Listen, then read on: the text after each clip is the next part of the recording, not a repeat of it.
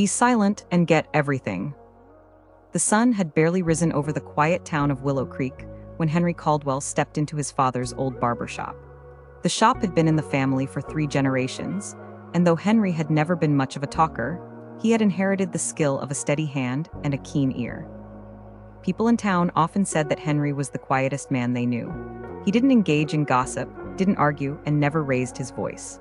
Customers would sit in his chair, pour out their troubles, and Henry would simply nod, smile, or occasionally offer a thoughtful hum. Some took his silence as wisdom, others as shyness, but one thing was certain: people trusted him. One morning, a wealthy businessman named Jonathan Harrington strolled into the shop. He was known for his quick tongue and an even quicker temper. "A haircut and make it quick," he ordered, taking a seat. Henry simply nodded and got to work. As Henry snipped away, Jonathan grumbled about his troubles. "I don't understand people these days. My employees complain too much. My competitors are always scheming. Even my own family doesn't listen to me," he sighed. "I wish I knew the secret to making people respect me." Henry didn't respond. He just kept working, his scissors clicking in rhythmic precision. Jonathan waited for a reaction, but none came. He frowned. "You don't talk much, do you?" Henry gave a small smile and shook his head.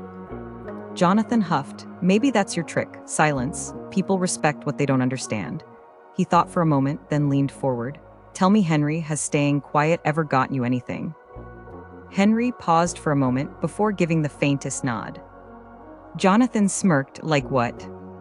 Still silent, Henry finished the last few snips and stepped aside, gesturing toward the mirror. Jonathan examined his haircut. It was perfect. Every strand in place, neat and professional. Jonathan chuckled. "All right, I see your point. You don't need to talk to get things done." He stood up, reached into his wallet, and handed Henry a crisp $100 bill. "For your silence and skill." As Jonathan turned to leave, another man entered, a young entrepreneur named Mark who owned a local bakery. Mark was struggling to keep his business afloat and often came to Henry for advice, even if it was one-sided. "Henry, I don't know what to do. Sales are down and my employees are restless. I feel like I'm shouting into the wind and no one listens to me." Henry gestured for him to sit. As he worked, Mark continued to vent. "I keep telling my team what to do, but they just nod and ignore me. I've tried being firm, but it doesn't help." Henry reached for his razor, still silent. Then, as he adjusted Mark's collar, he finally spoke, his voice low but firm. "Listen more, speak less." Mark blinked. "That's it, that's your advice." Henry nodded. Mark sat quietly for a moment, letting the words sink in. Then, he smiled. "Maybe you're right, maybe I talk too much and don't hear enough." He paid for his cut and left, deep in thought. Days passed and something changed in Mark. He started listening to his employees instead of just directing them. He took their suggestions, solved their concerns, and worked alongside them. In time, the bakery flourished. Jonathan, too, took note of Henry's silent wisdom. Instead of barking orders, he observed, listened, and responded only when necessary. His business thrived and his relationships improved.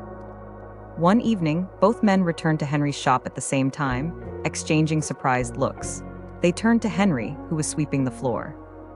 Jonathan smirked. "You knew, didn't you? That silence is powerful." Henry simply smiled. Mark chuckled. "I think we owe you more than just a haircut, Henry." Jonathan pulled out his wallet and handed Henry another $100 bill. "For teaching us the most valuable lesson. Sometimes, the best way to get everything you want is to be silent and let others speak." Henry accepted it with a nod, then went back to sweeping.